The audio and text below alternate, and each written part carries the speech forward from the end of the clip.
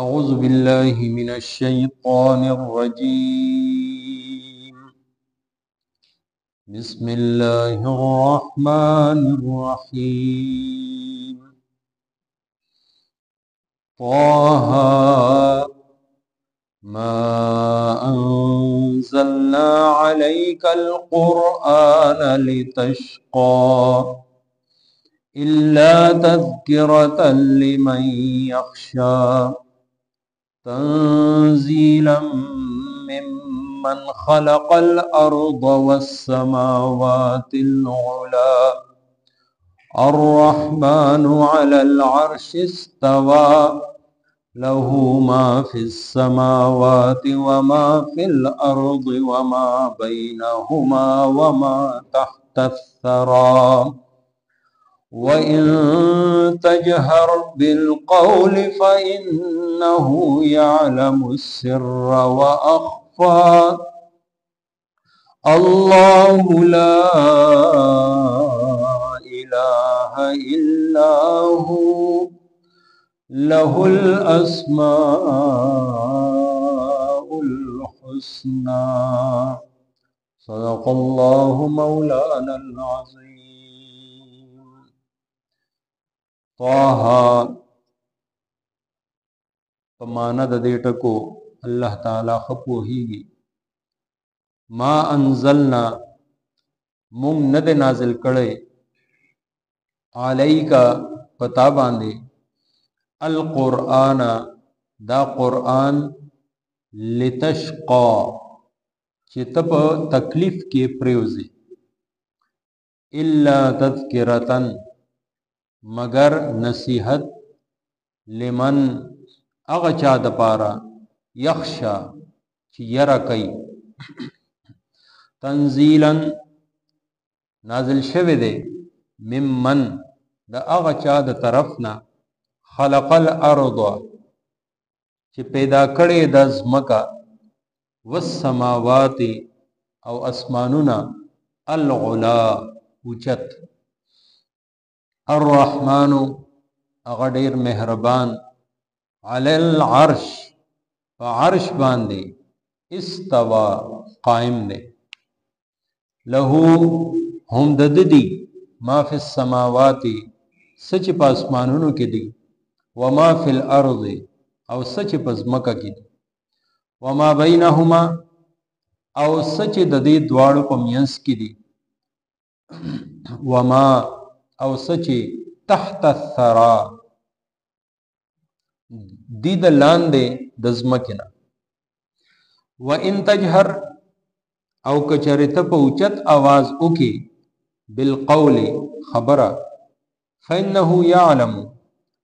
بشک هغه پوهیږي السر په پټه خبره واخفى او په ډیره پټه خبره الله هم الله دی لا اله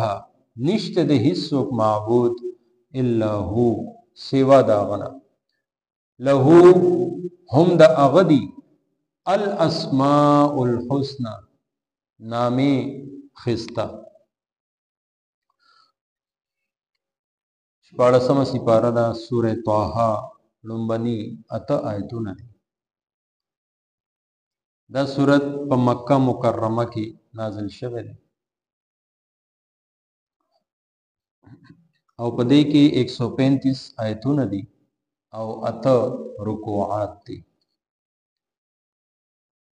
مکی سورتونه څنګه چې موږ مخکې هم ویلي دي چې هغه کې زیات تر د عقاید خبرې الله رب العزت باندې عقیده د رسول الله صلوات و سلام پر رسالت باندې عقیده د آخرت عقیده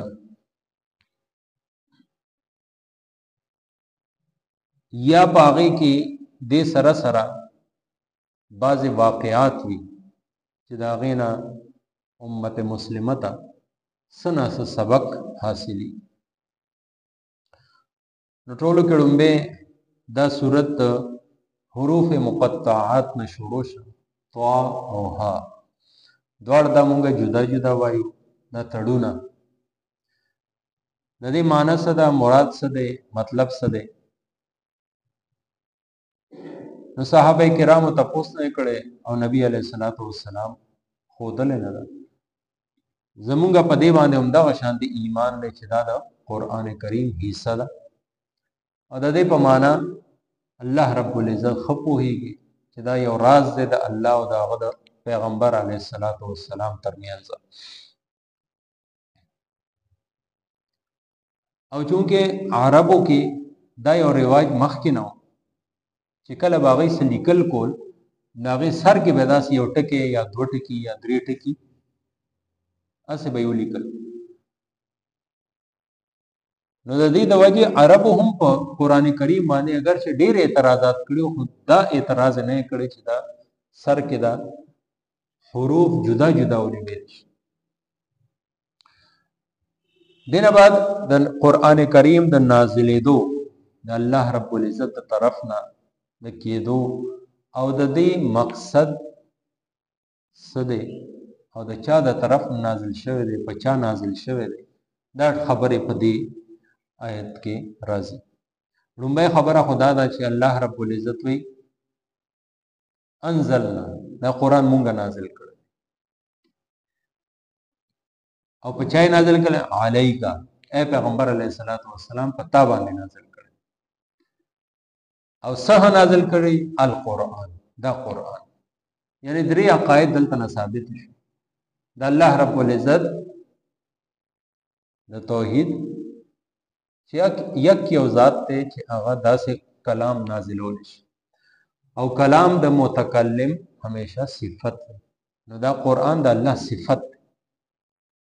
بیا عقیده رسالت چې چا باندې د الله د طرف نه وحی نازل شي هغه رسول، هغه پیغمبر. او کم کلام چې د الله د طرف نه نازل شو په پیغمبر علیه السلام دا غي نوم څه دی؟ القرآن. قران کریم ډیر نومونه راغلي، القرآن راغلی. قرآن وای هغه شی چې هغه بیا بیا لوستل شي، نو دا خو د قران کریم هم صفت ده. یعنی د دنیا اوچت نه اوچت او خسته نه خسته کتاب واقعات او د کیسو د ناول او راواخلې یو ځل به وایي، ډیر زړه شم دوه ځله به وایي، او چې درې ځله وایي نو بس زړه دې نه موړ شي. خو قران کریم داسې دی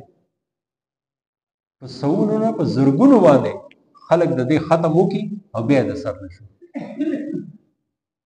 دا ولی چې دی قرآن دا صفت ده. قرآن آغا کتاب آغا کلام چې بیا بیا لستل شي. ځکه حدیث شریف کې راغلی هم دی چې بهترین کس آغا ده چې حال مرتحل کون کې چا تاسو کو حال مرتحل سره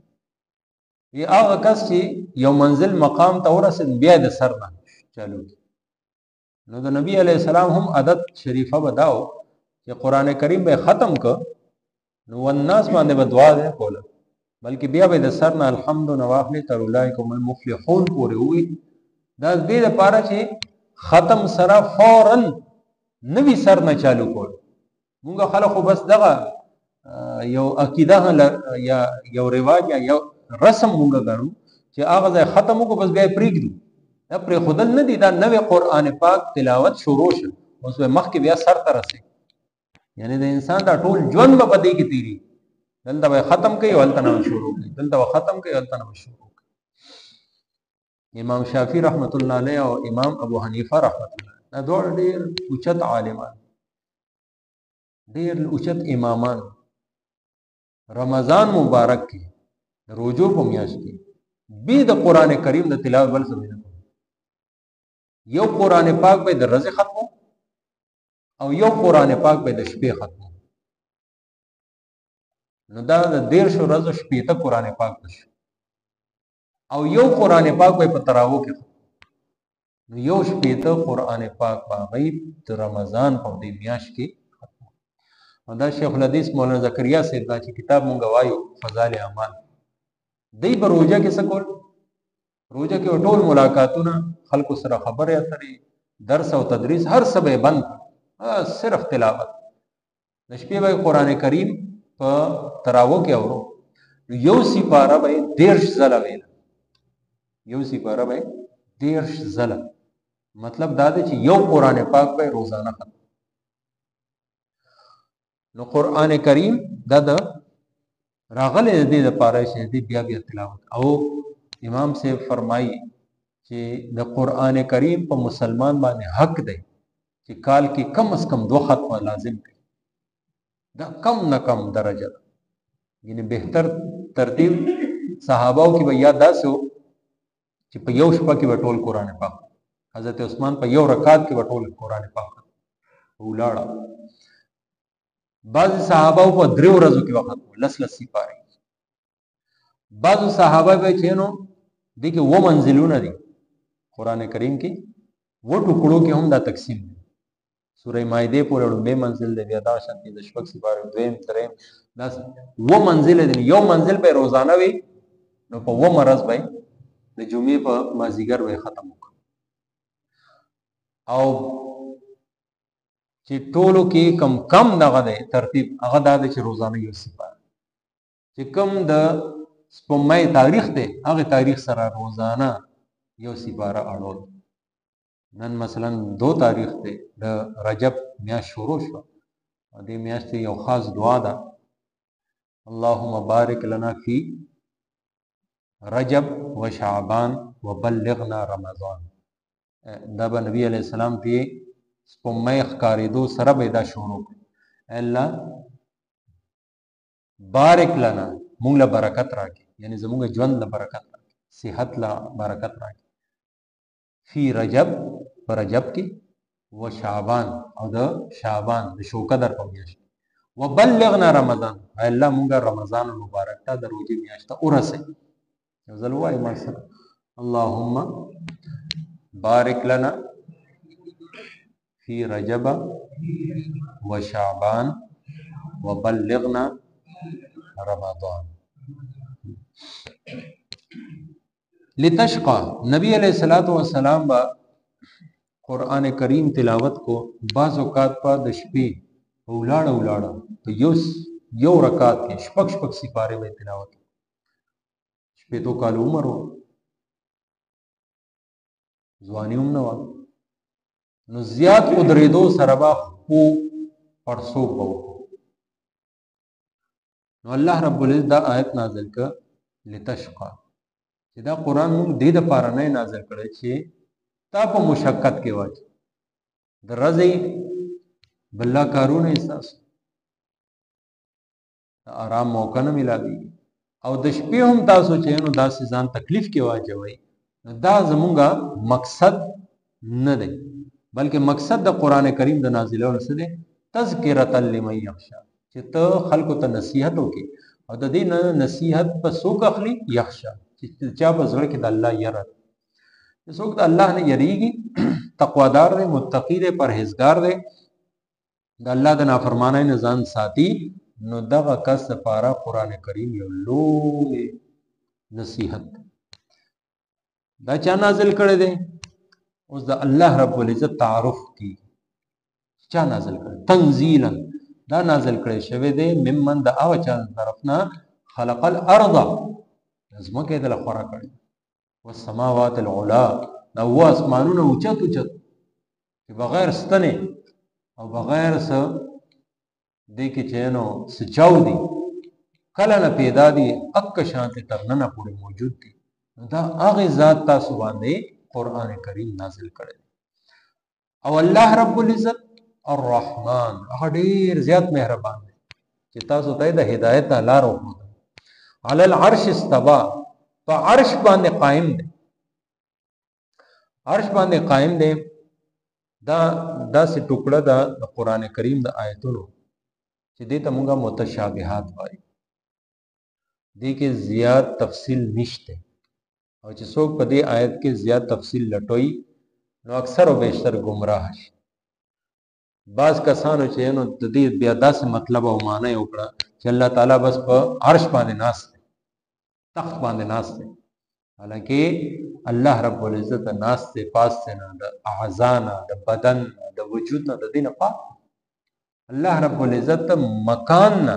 یو خاص ځای کې وي د دینم پاک دی ځکه زموږ عقیده دغه دا چې الله تعالی په هر ځای کې موجود بس دې کې هم دومره خبره کول دي چې الله رب العزت په عرش باندې قائم دی یا عرش طرف ته متوجه دی بس دینه سیوا نشته له ما فی السماوات ګوره اسمانونو کې چې سړي دا غدي و ما فی الارض زمکه او زمکه کې دنه چې سړي دا غدي و ما بینهما د دې دواړو په مینس کې چې سړي دا غدي و ما تحت الثرى د دې زمکه د لاندې چې سړي دا غدي چې هر څه دا غدي بیا دا غ ذات په باره کې غور وکوي دا قدرتونو ته وګورئ تاسو هغه ته ورسئ څنګه چې یو ځل صحابه کرام خپل کې ناستو نبی علیہ السلام ناصافه رااله تاسو یو که څه وکړ یا رسول الله دا الله رب العزت مخلوقاتو کې او قدرتونو کې غور او فکر وکړو نبی علیہ السلام ارشاد وکړو چې او دا الله په مخلوقاتو کې غور کوي هغه په ذات کې مکوي ولې چې زموږ د عقلونو نه ډېر بره دی اسنه گمراه نشي وان تجهر بالقول اوس د هغه قوت او قدرت وګوره چې هغه د پاره پټه او ښکارا خبره برابر دي هغه خبره چې په جبه دې وکړه اوچته واز سره دې وکړه یا په وخت کې دې چاته وکړه هغه باندې خبردار دی یعلم السر هغه خبره چې په زړه کې پټه ده چې صرف تا ته پته ده هغه باندې خبردار دی واخفى هغه خبره چې لا زړه ته هم نه دراغلي چې ته په لا خبردار نه هغه هغه باندې هم خبردار یعنی د جبه خبره د زړه خبره او زړه کې راتلونکي خبره دا ټول دغه د پر برابر الله لا اله الا هو اغا الله دی دا صفاتونه چې بیان شوم دغه الله دی داغه نه علاوه بل څوک د عبادت لایق نشته عبادت خالص داغه د پاره کوي بندگی صرف داغه کوي بل څوک د دې لایق نه دی چې داغه بندگی وکړي داغه نه وغوښتل شي بل څوک د عزت او د ذلت مالک نشته د نفع نقصان بل څوک مالک نشته د ژوند او د مرګ بل څوک مالک نشته د کامیابی او ناکامۍ بل څوک مالک نشته دا هر څه داغه پلاس کې له هم داغه د پاره دی الاسماء الحسنى ټول خسته نامه دا الله رب العزت خپل ذاتی نوم الله دی او د دې نه علاوه بشمیر نمونه لا تعداد نمونه قرآن کې حدیث کې بعض ځایونو کې چې دا قرآن کریم سر کې لیکلي شوی 99 نمونه یا 100 نمونه خدا صرف دغه نه دي دین علاوه هم چې څومره خسته نمونه دي ټول د الله رب او دغه نمونه مبارک خو حدیث شریف راغلی چې دغه 99 نمونه د الله رب العزت یاد کړل داغه د پر جنت واجب شي څومره اسانه خبره اکثر ته یاد څه پته هم نشته نو دا کوم موږ کوشش وکړو روزانه یو الله الرحمن الرحیم الملك القدوس السلام المؤمن المهيمن العزيز الجبار المتكبر الخالق الباري المصور عشان دغه موږ یو دو درې آیت یادو درې روزانه یادو یو میاش کې یادي دې به ان شاء الله کوشش کو الله تعالی دې مال تاسو ټول مؤمنانو عمل کولو توفیق راکړي طه پمانه د دې الله تعالی خپوهيږي ما انزلنا مون ند نازل کړي عليك القرآن پتا باندې دا قرآن لتشقا چې ته په تکلیف کې پریوزي الا تذکرتن مگر نصیحت لمن یخشا اغا چاہتا چی یرا کئی تنزیلا نازل شوی دے ممن دا اغا چاہتا طرفنا خلق الارض چی پیدا کڑی دزمکا والسماوات العلا او اسماننا اوچت الرحمن هغه ډیر مهربان علی العرش فعرش باندې استوا قائم دے له هم ددی ما فی السماوات سچ پاسمانونو کې دی وما فی الارض او سچ پزمکه کې دی وما او سچ بینهما د دې دواړو په منځ کې دی وما تحت الثرى او سچ د زمکه د لاندې دی وان تجهر او کچرت په اوچت आवाज وکي بالقول خبرا فانه نبشك اغا يعلم وهيږي السر پپټه خبره واخفا او په ډیره پټه خبره الله هم الله دې لا اله نشته دې هیڅ معبود الا هو سوا دا غنا له هم دا اغدي الاسماء الحسنى طول خستنامي آمين الحمد لله رب العالمين الصلاة والسلام على سيد الأنبياء والمرسلين اللهم ربنا آتنا في الدنيا حسنة وفي الآخرة حسنة وقنا عذاب النار اللهم إنا نسألك الهدى والتقى والعفاف والغنى رب ارحمهما كما ربياني صغيرا سبحان ربك رب العزة عما يصفون وسلام على المرسلين والحمد لله رب العالمين برحمتك يا